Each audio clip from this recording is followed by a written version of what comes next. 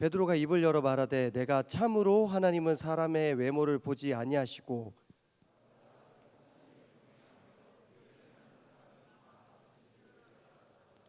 만유의 주 되신 예수 그리스도로 말미암아 화평의 복음을 전하사 이스라엘 자손들에게 보내신 말씀,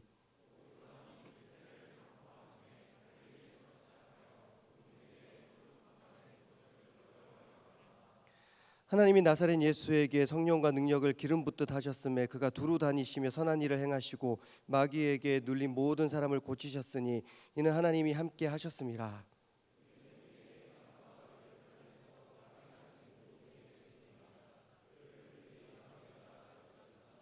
하나님이 사흘 만에 다시 살리사 나타내시되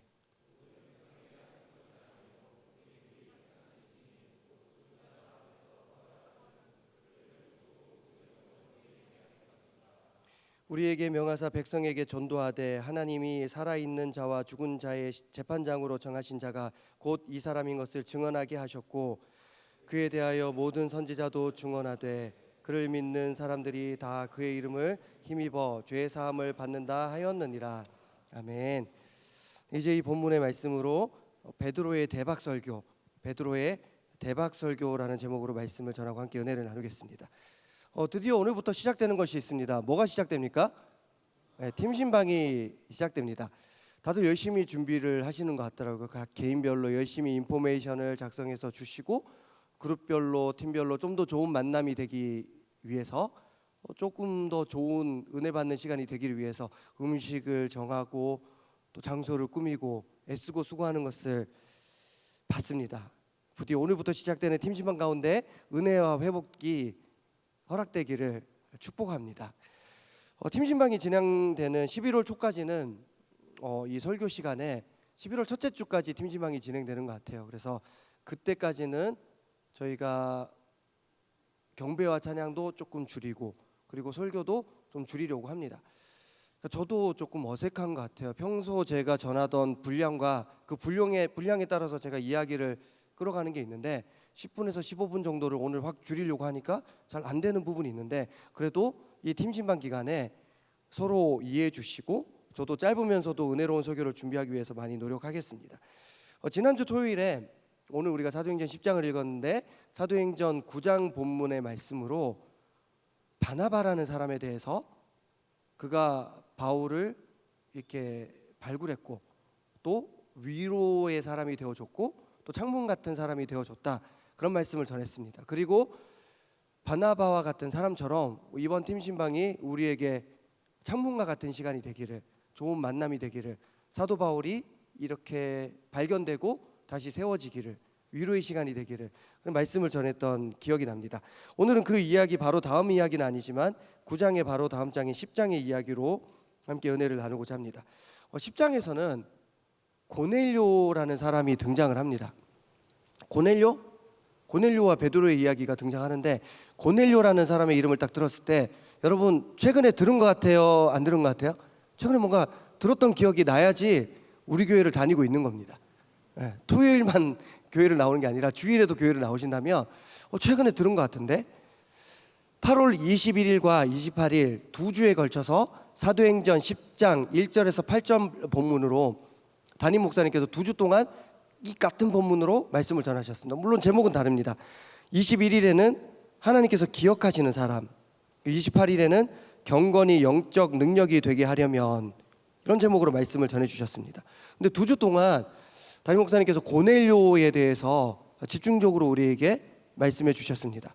그가 군인이었던 것, 그리고 그가 삶 속에서 경건을 실천하려고 노력했던 것, 그리고 그의 기도와 구제가 사람들 앞에서 행하려고 했던 것이 아니라 하나님 앞에서 쌓기 위해서 그가 노력했다는 것, 그런 내용을 우리가 들으면서 우리가 도전도 받았습니다. 그런가 하면 오늘 본문은 우리가 34절부터 읽었는데요, 이방인이었지만 그토록 경건한 사람 고넬료를 만나서 베드로가 어떤 대화를 나누고 삶의 이야기를 나누게 됩니다. 그리고 나서 그런 고넬료에게 전하는 베드로의 설교가 바로 오늘 본문의 내용입니다. 23절에서 24절 사이를 보시면 성경책에 제목이 하나 있을 텐데 혹시 성경책 펴고 계시면 한번 제목을 한번 읽어보시겠습니까? 네, 베드로가 고넬료의 집에서 설교하다 이렇게 제목이 되어 있습니다. 그리고 오늘 본문 34절에서 바로 이어서 설교가 이어지는 게 아니라 34절에서 43절까지가 베드로가 고넬료의 집에서 전한 설교입니다. 설교를 교회에서 전한 것도 아니고 회당에서 전한 것도 아니고 고넬료의 집에서 전한 것입니다. 보통 우리가 집에서 교육자가 와서 설교를 한다, 그걸 신방이라고 합니다. 신방 설교라고 생각하시면 되겠습니다. 근데 오늘 이 설교가 끝난 후에 반응이 이렇습니다. 우리가 오늘 본문으로 읽지는 않았지만 33절까지 읽었지만 이 설교가 끝났을 때 반응이 44절 말씀입니다. 우리 44절 말씀 화면에 띄워주시면 함께 읽겠습니다. 44절 말씀. 네, 시작. 베드로가 이 말을 할 때에 성령이 말씀 듣는 모든 사람에게 내려오시니. 아멘. 오늘 우리가 본문을 읽었는데 후루룩 읽고 넘어갔으니까 기억이 나실지 모르겠지만 베드로가 말씀을 전하면서 안수기도를 하지 않았습니다. 뜨겁게 통성기도를 한 것도 아닙니다. 그렇다고 우리가 원주에서 했던 것처럼 몇 시간을 뛰면서 찬양한 것도 아닙니다. 다만 그저 말씀을 전했을 뿐입니다. 그리고 고넬료의 집사람들은 듣기만 했을 뿐입니다. 근데 반응이 이래요. 모든 사람들이 다 성령의 임재를 체험한 거예요. 대박인 거죠. 게다가 이때 성령을 받은 사람들이 누구냐? 유대인들이 아니라 이방인들이었습니다. 45절 말씀입니다. 45절 말씀도 우리 함께 읽겠습니다. 베드로와 함께 온 할례 받은 신자들이 이방인들에게도 성령 부어 주심으로 말미암아 놀라니. 아멘. 우리가 생각할 때 도저히 은혜 받을 가능성이 없는 그런 사람들이 있습니다. 이 사람은 절대 아무리 전도해도 교회 나오지 않을 거야. 그런 사람들이 있습니다. 우리가 씨 뿌리는 비유할 때 좋은 땅이 있지만 길가와 같은 사람, 돌밭과 같은 사람, 가시떨기와 같은 사람들이 있습니다. 자, 지난주에도 이 내용으로 제가 LT 때 말씀을 전했으니까 LT 때 내용으로 혹시 여러분들이 그룹 모임을 나눔을 하셨다면 최근에 이 네 가지 땅에 떨어진 씨앗 비유를 들어보셨을 겁니다. 좋은 땅만 있는 것이 아니라 길가도 있고 돌밭도 있고 가시떨기도 있는 거죠. 그런 땅에는 씨앗을 뿌려봤자 소용이 없습니다. 열매를 맺지 못하고 결국 중간에 망합니다. 그런데 이 이방인들이 당시 그런 사람들이었거든요. 이런 이방인들에게는 괜히 씨앗 뿌리는 게 망설여집니다. 헛수고 같거든요. 그런데 그런 사람들이 베드로의 설교를 듣고 성령을 받아버린 겁니다. 한마디로 제가 오늘 설교 제목으로 잡았지만 베드로의 이 설교는 대박난 설교입니다. 원주에서 수련회하고 제법 시간이 지난 것 같지만 사실 아직 한 달 정도 지났습니다. 18, 19, 20일 했으니까 오늘 24일이니까 딱 한 달 지났습니다. 수련회 끝나고 피드백을 받아봤습니다. 그 다음 수련회 때 좀 더 잘 준비하기 위해서 우리가 피드백을 받아봤습니다. 그리고 여러분들 열심히 적어주셨습니다. 그런데 반영하기가 너무 어렵습니다. 예를 들면 이런 식입니다. 식단을 가지고 피드백을 받았더니 이 음식 너무 맛있었어요. 계속 이 반찬 나왔으면 좋겠어요. 근데 어떤 사람은 이 반찬 너무 맛없었어요. 다시는 안 나왔으면 좋겠습니다. 어떻게 반영을 하는 거예요? 식단은 그렇다 쳐요. 예배와 설교에 대해서도 이런 완전 달라집니다. 어떤 분은 너무 길어서 힘들었어요. 또 어떤 분은 너무 짧아서 아쉬웠어요. 어쩌라고? 어떡하라고? 이게 사람 어떻게 맞죠? 중간 정도 할까요? 농담이었으면 좋겠는데 진짜 피드백들이 딱 이랬습니다. 좋다 싫다가 너무 다른 거예요. 이게 중간이 없습니다. 어떻게 반영하기가 쉽지가 않습니다. 모든 사람을 만족시키는 것이 쉽지 않다는 것이죠. 그런데 베드로의 설교를 들었을 때 사람들의 반응이 이렇습니다. 아까 전에 44절 말씀을 읽었지만 다시 한번 보자면 베드로가 이 말을 할 때에 성령이 말씀 듣는 모든 사람에게 내려오시니. 아멘. 말씀을 듣는 어느 대부분의 사람에게 내려오신 게 아니라 나에게 내려오신 것이 아니라 모든 사람에게 성령이 내려왔다고 증언하고 있습니다. 모두가 은혜를 받았습니다. 저도 이런 설교 한번 해보면 소원이 없겠습니다.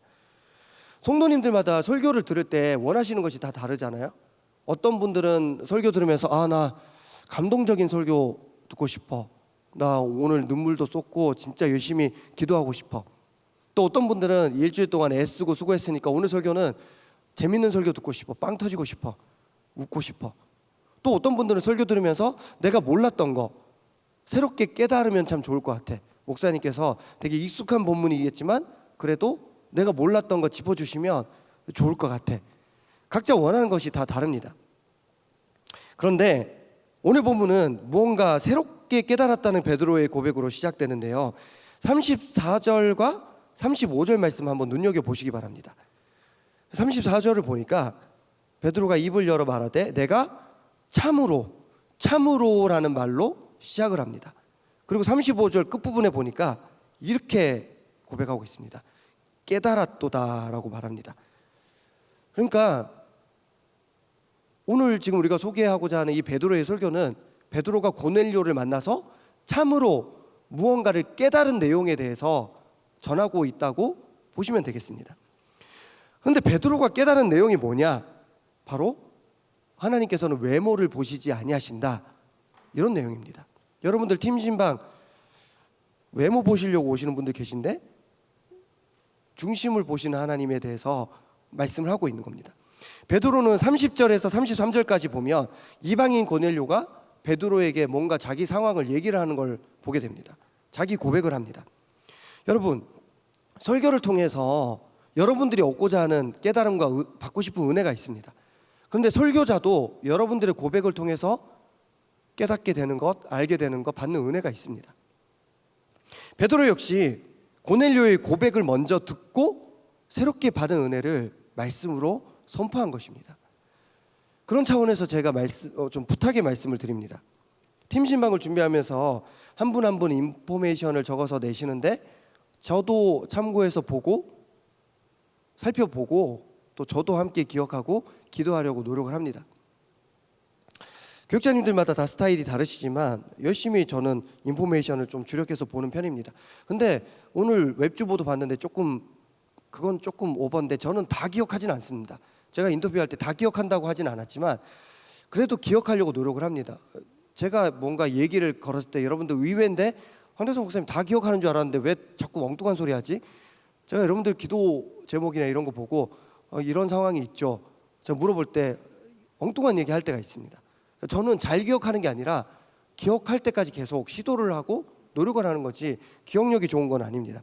아무튼 인포메이션을 보면서 저는 그걸로 기도를 하는데 가끔은 기도할 내용이 없는 인포메이션이 있습니다. 교육자도 뭘 알아야 기도하고 뭘 알아야지 파악을 할 텐데 이런 식으로 되어 있습니다. 공란으로 제출하거나 잘 지내요. 이런 인포메이션이 생각보다 많습니다. 베드로의 이 대박 설교는 처음부터 고넬료를 만나서 너 말 들어 이르시되 가라사대 이렇게 시작하지 않았습니다. 30절에서 33절까지 이어지는 고넬료의 자기 고백, 고넬료의 인포메이션을 듣고 난 다음에 그 다음에 전한 것이 베드로의 설교입니다. 자기를 드러내는 것이 두렵기도 하고 내키지도 않죠. 많은 사람들이 나의 얘기를 다 아는 것이 썩 내키지는 않습니다. 그러나 팀신방은 함께 은혜 받는 시간인 줄 믿습니다. 여러분들 용기를 내주시고 정성을 들여서 인포메이션을 작성해 주시고 또 고백을 해주시면 감사하겠습니다. 그만큼 교육자들 더 열심히 기도하고 살피고 준비하겠습니다. 고넬료의 자초지종을 들은 다음에 베드로는 이제 말씀으로 선포하게 되는데 이런 것을 깨달았다고 고백합니다. 하나님께서는 이방인도 만나주시는구나. 하나님께서는 진짜로 외모를 보시지 아니하시는구나. 내가 참으로 깨달았도다. 이렇게 고백을 합니다.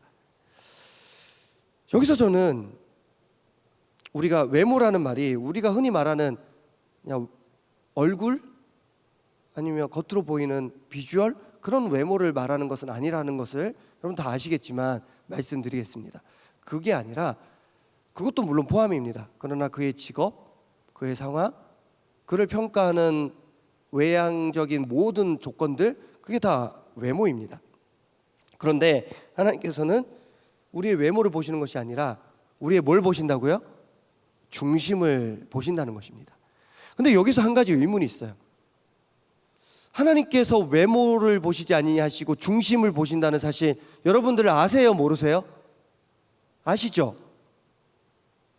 그런데 베드로가 우리보다 하나님을 더 잘 알고 더 믿음 있는 사람이잖아요. 그런데 베드로가 이걸 몰랐을까요? 그걸 이제야 깨달았을까요? 아닙니다. 베드로는 고넬료 만나기 전에도 이 사실을 알고 있었을 것입니다. 그는 이미 예수님의 수제자로서 예수님을 따라다니면서 예수님께서 얼마나 많은 사람들, 외모가 부족한 사람들, 외부적인 조건이 모자란 사람들을 만나주시고 세우시는 것을 많이 봤습니다. 베드로도 하나님께서 예수님께서 외모를 보시지 아니하시니까 수제자가 되었지, 사실 어부였던 그가 어떻게 예수님의 수제자가 됩니까? 베드로는 예수님께서, 하나님께서 사람의 외모를 보지 아니하신다는 것을 알고 있었습니다. 게다가 예수님을 만나기 전에도 그는 하나님을 믿는 유대인이었습니다. 유대인이, 그가 직업이 어부였다 해도 유대인들은 기본적으로 우리보다는 훨씬 더 성경에 박식한 사람입니다. 미국에서는 거지로 살아도 우리보다 영어 잘합니다. 그렇지 않습니까? 브라질에서는 동네 축구하는 애들이, 동네에서 그냥 맨발로 축구하는 애들이 우리나라에서 나이키 신발 신고 축구하는 지체들보다 더 축구 잘할 것입니다. 외국에서는 우리나라 사람들 보면 다 태권도 할 줄 안다고 생각할 겁니다. 마찬가지로 베드로는 어부였더라도 우리보다, 이곳에 있는 그 누구보다도 성경에 대한 지식이 박식합니다. 구약성경 신명기 10장 17절 말씀입니다. 제가 읽겠습니다. 너희의 하나님 여호와는 신 가운데 신이시며 주 가운데 주시오 크고 능하시며 두려우신 하나님이시라. 사람을 외모로 보지 아니하시며 뇌물을 받지 아니하시고. 아멘. 신명기니까 구약성경이잖아요. 그리고 모세오경입니다. 그 중에서도 모세오경을 베드로가 몰랐을까요? 읽어봤겠죠. 하나님 외모를 보시지 아니하신다는 것을 알고 있었습니다. 그리고 하나님께서는 하나님 당신만 외모를 보지 아니하신다고 하신 게 아니라 너희들도 너희들끼리 외모를 보지 마라, 그렇게 말씀하십니다. 신명기 16장 19절 말씀입니다. 너는 재판을 굽게 하지 말며 사람을 외모로 보지 말며 또 뇌물을 받지 말라. 뇌물은 지혜자의 눈을 어둡게 하고 의인의 말을 굽게 하느니라. 아멘. 분명히 구약 성경에는 하나님께서 외모를 보지 아니하신다고 말씀하고 계십니다. 그리고 하나님께서는 너희들도 외모를 보지 말라고 말씀하고 계십니다. 그런데 유대인 베드로가 모세오경에 적혀있는 이 사실을 이제야 깨달았다는 건 말이 안 됩니다. 만약에 그가 성경적인 지식이 좀 부족했다면 그럴 수도 있겠다 싶기도 합니다. 그래도 이건 알아야죠. 여러분들, 우리나라에서 제일 존경받는 왕이 누굽니까? 역사상? 세종대왕이죠. 왜요? 세종대왕이 뭘 만들었어요? 한글. 웬만하면 다 알죠. 역사 지식이 부족해도. 이스라엘 역사상 가장 많이 존경받는 왕이 누굴까요? 다윗이죠. 압니다. 베드로도 알겠죠? 그 다윗이 기름 부음 받을 때의 상황이 이렇습니다. 사무엘상 16장 7절 말씀입니다. 여호와께서 사무엘에게 이르시되 그의 용모와 키를 보지 말라. 내가 이미 그를 버렸노라. 내가 보는 것은 사람과 같지 아니하니 사람은 외모를 보거니와 나 여호와는 중심을 보느니라 하시더라. 아멘. 하나님께서 외모를 보시지 아니하시고 중심을 보셨기 때문에 사무엘이 다윗을 선택한 겁니다. 이걸 베드로가 몰랐을 수가 없습니다. 자, 그렇다면 베드로는 왜 이미 알고 있는 사실이었음에도 불구하고 이제야 비로소 참으로 내가 이 사실을 깨달았도다, 이렇게 고백하는 것일까요? 저는 이걸 이렇게 생각합니다. 머리로 아는 것과 마음으로 받아들이는 것은 다르구나. 머리로 아는 것과 내 삶 속에서 몸으로 실천하는 것은 다르구나. 우리도 머리로는 알겠는데 마음으로, 원수를 사랑하라 머리로는 알겠는데 마음으로 안 되는 경우 있죠. 나에게 해를 가한 사람을 용서하라 알겠는데 삶으로 실천하는 건 안 되는 게 있죠. 마찬가지죠. 베드로도 머리로는 알고 있습니다. 그런데 마음으로 이방인이 하나님을 만날 수 있다고? 그리고 삶 속에서 하나님 만난 이방인을 내가 받아들여야 된다고? 그게 쉽지 않았던 것입니다. 그러나 하나님께서는 계속해서 우리에게 요구하십니다. 얘들아, 머리로 알고 있는 것 마음으로도 받아들여 주라. 그리고 머리로 알고 있다면 삶 속에서 실천해 주라. 그래야지 우리가 하나님을 새롭게 만날 수 있고 새롭게 은혜를 받을 수 있습니다. 오늘 본문에서도 그렇죠. 34절 말씀을 다시 보면 내가 참으로라는 표현이 나오는 것을 볼 수 있습니다. 이게 참으로 깨달았다는 것입니다. 기존에 알고 있었지만 진짜 참으로 깨달았다는 말씀입니다. 더 확실하게 깨달았다는 것입니다. 그런데 하나님께서 사람을 외모로 보지 아니하신다. 그건 내가 참으로 깨달았는데 이것 외에도 하나 더 깨달은 것이 있습니다. 그게 바로 35절 말씀입니다. 우리 35절 말씀 함께 읽겠습니다. 시작. 각 나라 중 하나님을 경외하며 의를 행하는 사람은 다 받으시는 줄 깨달았도다. 아멘. 하나님께서 어떤 사람을 받으시는지, 어떤 사람을 세우시는지, 어떤 사람을 인정하시는지를 알려주는데 두 가지를 얘기하고 있습니다. 먼저는 하나님을 경외하는 사람, 그리고 또 동시에 의를 행하는 사람입니다. 먼저는 하나님을 경외해야 되고 두 번째로는 선한 일을 행하고 착한 사람이어야 됩니다. 이 두 가지가 같이 가야 됩니다. 아무리 하나님을 경외해도 선을 행하지 않고 못된 사람은 하나님의 영광을 가리게 됩니다. 온전한 그리스도인이 아닙니다. 아무리 선한 사람이고 선을 행해도 하나님을 믿지 않는 사람은 그리스도인이 아닙니다. 하나님을 경외하고 선을 행하는 것 같이 가야 됩니다. 근데 예수님도 그렇게 사셨어요. 우리가 오늘 본문을 읽었는데 38절 말씀입니다. 38절 제가 읽겠습니다. 하나님이 나사렛 예수에게 성령과 능력을 기름 붓듯 하셨음에 그가 두루 다니시며 선한 일을 행하시고 마귀에게 눌린 모든 사람을 고치셨으니 이는 하나님이 함께 하셨음이라. 아멘. 하나님께서 예수님께 성령을 그리고 능력을 기름 붓듯 하셨는데요. 38절 마지막 부분 보면 이런 표현이 나옵니다. 이는 하나님이 함께 하셨습니다. 예수님의 그 모든 걸음 가운데 하나님이 함께 하신 거예요. 그러니까 예수님께서도 하나님을 경외하는 삶을 살았다는 것입니다. 그런데 38절 중간에 보면 이런 표현도 나오는데 예수님께서 어떻게 사셨냐?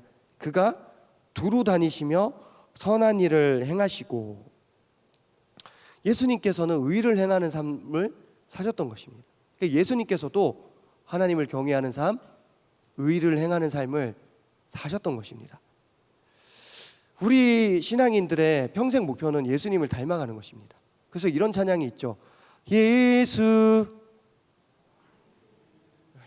이게 돼요? 제가 살짝 의심했는데 예수 하면 모를 줄 알았는데 예수 닮기를, 예수님께서 살아가신 모습을 보면서 나도 그런 삶을 살아가기를. 그래서 우리는 이걸 제자도로 갑니다. 예수 제자가 되어서 우리가 예수님처럼 살아가고 닮기를, 그렇게 노력해야 됩니다. 근데 예수님께서 어떻게 사셨냐? 하나님을 경외하는 삶, 의를 행하는 삶을 사셨다고 베드로는 고백하고 있습니다. 3년 동안 예수님을 정말 다른 거 다 버리고 따라다닌 베드로가 고백한 예수님의 삶이 이겁니다. 하나님과 함께했고 선을 행했다. 우리는 이것을 기억해야 됩니다. 하나님께서는 사람의 외모를 보지 아니하시고 중심을 보신다는 것. 그리고 하나님께서 받으시는 사람이 어떤 사람이냐면 하나님을 경외하는 사람을 받으시고 의를 행하는 사람을 받으신다. 우리도 노력해야 됩니다. 외모로 사람을 판단하지 말고 또한 하나님을 경외하고 의를 행하는 사람이 되기 위해서 노력해야 됩니다. 우리 그렇게 인사했으면 좋겠습니다. 외모로 판단하지 맙시다. 외모로 판단하지 맙시다. 하나님을 경외합시다. 하나님을 경외합시다. 자, 착하게 살자. 네, 착하게 살자. 네, 어금니 깨물지 말고 네, 착하게 해서 살자. 자, 이 진리를 깨닫게 된 베드로는 이방인이었지만 하나님께서 그의 자녀로 삼아주신 고넬료에게 드린 말씀을 전합니다. 그게 바로 오늘 본문 34절부터 43절까지 말씀입니다. 그리고 그 결과는 아까도 말씀드렸지만 말씀을 듣는 모든 사람들에게 성령이 임했습니다. 모두가 함께 은혜 받았습니다. 한 사람도 빠짐없이 대박 설교를 전했습니다. 그런데 베드로가 전한 설교의 내용을 자세히 살펴봤는데요, 자세히 읽어봤는데 우리도 함께 읽었잖아요. 특별한 내용이 없습니다. 뭔가 화려한 표현도 없고 뭔가 그럴싸한 새로운 지식도 없고 논리적인 설명도 없습니다. 그냥 베드로가 만났던 예수님에 대한 고백, 예수님만 전했을 뿐입니다. 그런데 그 결과가 뭐냐? 모든 사람들이 성령 충만함을 받았다는 것입니다. 이것이 복음의 능력인 줄 믿습니다. 오직 예수님의 이름만 전해도 거기에 기적이 일어나는 줄 믿습니다. 오직 내가 만난 예수님을 전했을 뿐인데 거기에 성령 하나님께서 기름을 부으시는 줄 믿습니다. 베드로라는 사람 자체가 그렇게 유식하거나 말이 유리한 사람이 아닙니다. 그럼에도 불구하고 그의 이 단순한 설교에 큰 능력이 있었습니다. 그것은 그가 자기가 만난 예수님을 있는 그대로 전했기 때문입니다. 우리도 마찬가지입니다. 예수님을 믿는 사람으로서 우리는 뭔가 멋지게 보여주고 싶은 유혹이 있습니다. 내가 만난 예수님을, 그리고 뭔가 내가 만난 예수님을 멋지게 전하고 싶은 마음이 있습니다. 찬양을 인도할 때 좀 잘하고 싶습니다. 설교를 전할 때 좀 잘하고 싶습니다. 그러나 오직 예수님만 고백해도 거기 큰 능력이 있는 줄 믿습니다. 팀 신방 가운데 우리 각자가 만난 예수님에 대한 고백이 넘쳐나기를 축복합니다. 그리고 꼭 각 사람에게, 모든 사람에게 필요한 은혜가 모든 사람에게 전해지고 모두가 함께 은혜 받는 팀 신방 되기를 축복합니다. 말씀을 맺겠습니다. 지난주에 바나바라는 위로의 사람을 통해서 바울이라는 새로운 사람이 세워지게 되었다는 내용으로 말씀을 전했습니다. 제가 바나바를 강조했어요? 바울을 강조했어요? 오늘 다 새신자예요? 저스트 일주일 지났는데 제가 바나바를 강조했습니까? 바울을 강조했습니까? 바나바 강조했죠? 근데 아무리 제가 바나바를 강조해도 여러분들은 아시죠? 바나바가 더 크게 됐어요? 바울이 더 커졌어요? 여러분들이 느끼기에 바나바가 더 큰 사람 같아요? 바울이 더 큰 사람 같아요? 바울이 더 큰 사람 같잖아요. 톡 까놓고. 처음 시작한 바나바가 앞섰는지 몰라도 결국 사도 바울이 더 큰 사람이 됐죠. 오늘은 지난주 사도행전 9장에 이어서 사도행전 10장 본문의 말씀으로 고넬료와 베드로의 만남과 나눔과 설교에 대해서 말씀을 전했습니다. 자, 바나바와 바울을 비교하면 바울이 좀 더 커요. 근데 이건 어때요? 베드로와 바울을 비교하면 누가 더 대단해 보입니까? 그래도 베드로가 급이 있는데, 수제자인데. 근데 기독교 역사에서 누가 더 크게 쓰임 받았어요? 바울이잖아요. 톡까놓고 성경에도 보면 서신 남은 게 베드로는 베드로 전후서 2개밖에 없고 바울 서신은 얼마나 많습니까? 그러나 분명한 것은 하나님께서 바울을 새롭게 세우시고 이제는 바울을 통해 더 큰 역사를 만들어 나가시지만 하나님께서는 기존의 일꾼이었던 바나바와 베드로를 통해서도 계속 일하고 계시다는 것입니다. 오늘 사도행전 9장에서 바울을 세우시고 이제 사도행전 후반부를 보면 바울의 역사가 쭉 나오지만 그만큼 화려하진 않아도 하나님 여전히 베드로를 사용하고 계시고 여전히 바나바를 사용하고 계십니다. 바나바를 통해서도 일하시고 베드로를 통해서도 일하십니다. 더 나은 사람 생겼다고 기존의 사람 내치는 것이 아니라 기존의 사람, 각 사람의 은혜대로 여전히 사용하시는 것입니다. 저는 그래요. 다시 여러분들을 청년부에서 만났을 때 이제는 뭐 9개월이 지났으니까 다시라는 말을 쓰는 것도 좀 그렇지만 제가 기존에 알던 사람들이 있습니다. 기존에 알던 사람들 중에 사라진 사람도 있습니다. 그럼 저는 찾습니다. 혹시 다른 교회로 가셨냐고. 근데 그게 아닌 사람들이 있어요. 그러면 한번 보자고. 돌아오면 안 되냐고. 베드로 같은 사람이었는데, 바나바 같은 대단한 사람들이었는데 지금 교회를 못 다니고 있고. 그런가 하면 제가 전에 몰랐는데 바울과 같이 지금 사역하는 사람들이 또 있습니다. 쓰임받는 사람들이 있습니다. 사랑하는 여러분, 팀 신방 가운데 만나서 얘기하는 가운데 바울과 같이 하나님의 은혜 가운데 새롭게 세워지는 사람들이 많아지기를 기도합니다. 그리고 베드로와 바나바처럼 계속해서 쓰임받는 저와 여러분 되시기를 축복합니다. 그리고 베드로와 고넬료의 만남과 같은 은혜가 팀 신방 가운데 있었으면 좋겠어요. 고넬료의 고백을 듣고 베드로가 설교를 합니다. 그 설교를 듣고 고넬료만 은혜 받는 것이 아니라 그 주변에 있는 모든 사람들이 한 명도 빠짐없이 은혜를 받았다니까요. 팀 신방이 그랬으면 좋겠습니다.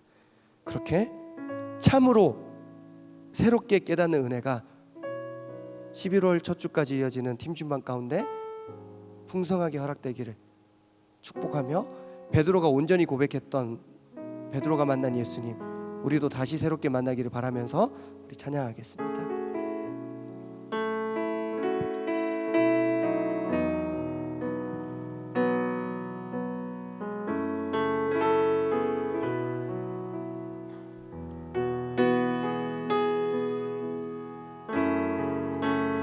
나의 예수님, 난 주가 필요해요. 난 주가 필요해요. 세상 모든 사람은 필요 없다 말해도 난 주가 필요해요. 나의 예수님, 나의 예수님,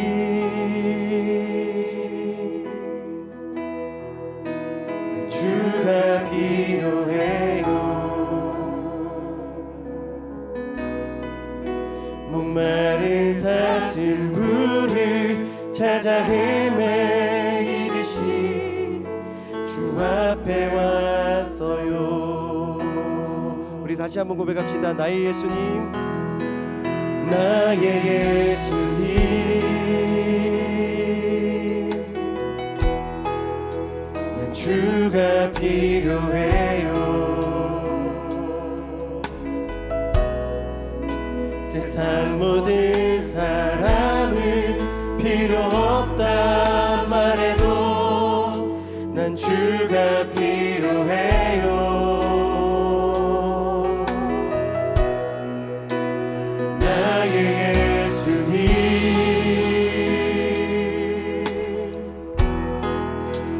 주가 필요해요.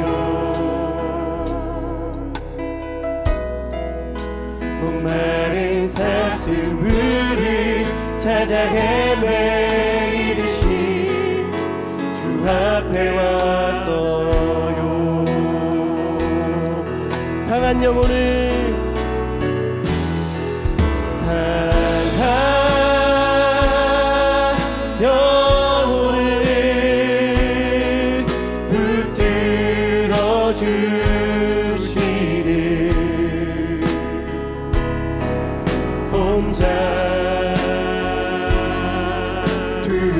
고넬료를 찾아왔습니다. 아르시는 주님의 은혜가 있을 줄 믿습니다. 주님의 은혜 내 영에 쏟으사 내 눈물 변하여 찬송되게 하소서. 나의 예수님, 나의 예수님, 하나님 만나 주시옵소서. 주가 필요해요. 참으로 새롭게 깨닫기를 원합니다. 세상 모든 사람은 필요 없다 말해도 난 주가 필요해요.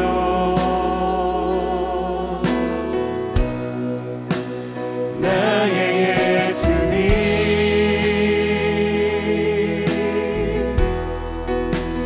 주가 필요해요.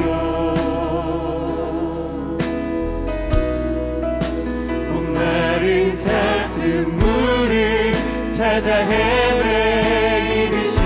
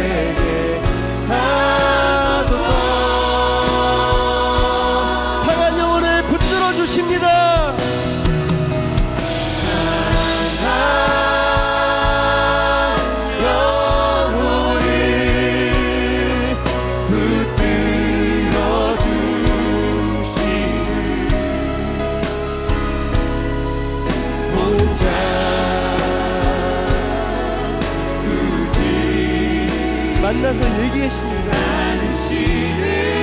다가와 주실 줄 믿습니다. 그 마음은 열어주실 줄 믿습니다.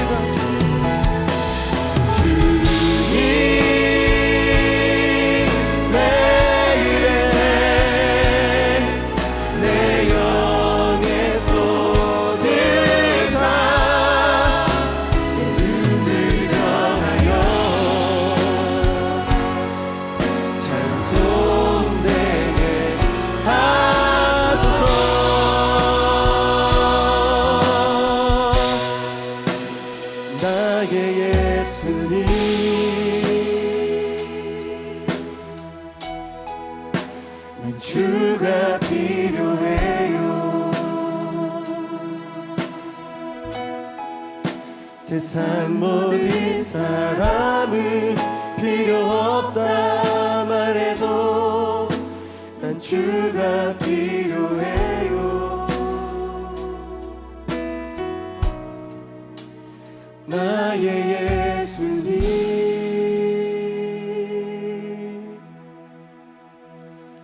주가 필요해요.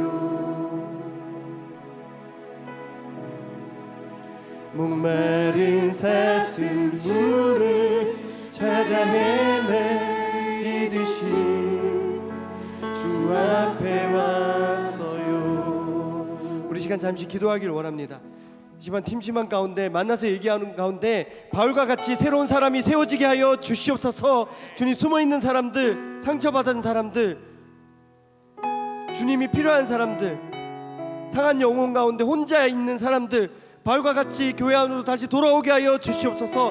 주님, 베드로와 같은 사람들, 바나바와 같은 사람들, 기존의 일꾼들 계속해서 쓰임받고 은혜 누리게 하여 주시옵소서. 베드로와 고넬료가 만나서 대화 나누고 그 말씀을 선포하고 그 가운데, 그 신방 가운데 모든 사람들에게 성령이 임하였던 것처럼 하나님, 이 팀 신방 가운데 성령의 충만함을 허락하여 주시옵소서. 새롭게 예수님 만나는 은혜를 허락하여 주시옵소서. 주님, 말씀을 전하시고 이끌어가시는 세 분의 교육자님들, 주님 은혜를 더하여 주시고 팀지망을 준비하는 모든 리더들 가운데 주님 은혜와 지혜와 능력을 허락하여 주시고 참여하는 모든 그룹원들 그 마음을 열어 주시옵소서. 우리 주여 세 번 부르시고 기도하겠습니다. 주여, 주여.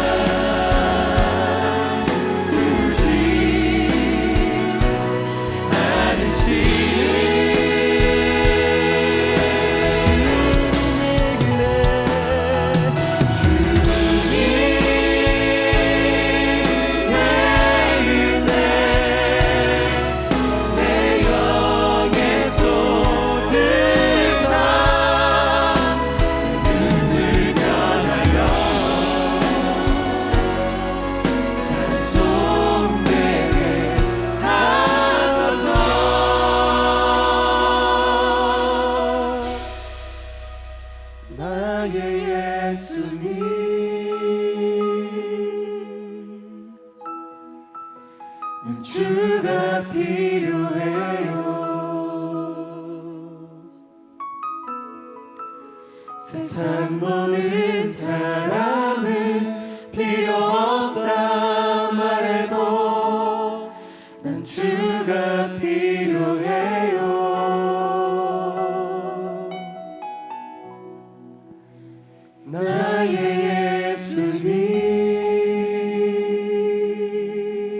주님만 있으면 됩니다. 주가 필요해요. 갈급함을 허락하여 주시옵소서. 목마른 사슴 물을 찾아내며 이듯이 주 앞에 왔어요. 살아계신 하나님 감사합니다. 내년을 준비할 시기가 다가오는데 올해 우리에게 허락된 팀과 좀 더 사랑을 이어가고자 합니다. 팀 신방 허락하여 주시니 감사합니다. 주님 만나서 얘기하는 가운데 그저 베드로와 고넬료의 대화였지만 그 상황 가운데 모든 사람이 은혜 받는 대박 설교가 나왔던 것처럼 주님 모든 팀 신방 가운데 좋은 만남과 좋은 얘기와 좋은 나눔과 좋은 설교와 좋은 은혜가 성령 충만한 그런 임재가 허락될 줄 믿사오니 주여 도와주시옵소서. 팀 신방을 통해서 홀로 있었던 사울 같은 사람, 바울 같은 사람이 새롭게 바나바라는 창문을 만나서 회복되게 하시고 베드로와 고넬료 같이 서로에게 창문이 되어주는, 그래서 참으로 새롭게 예수님 만나는 은혜의 관계가 형성되게 하여 주시고 남은 기간 동안 더욱더 뜨겁게 사랑할 수 있는 우리 모두가 되게 하여 주시옵소서. 담임 목사님 귀한 사역 감당하시는 가운데 영육간의 강건함을 허락하여 주시고 고넬료를 만나고 돌아오시는 것처럼 먼 길 다녀오실 때에 주님 더 풍성해 주셔서 돌아오실 수 있도록 주여 임재하여 주시옵소서. 내일도 귀한 말씀 전하시는 올로 목사님 강건케 하여 주시고 그 말씀 가운데 우리 모두 함께 중보하며 은혜 받는 모든 사람이 성령 임재하며 은혜 받는 은혜의 주일 되게 하여 주시옵소서. 오늘도 함께 하여 주시기 믿사오며 사랑하고 축복하며 예수 그리스도 이름으로 기도하옵나이다. 아멘.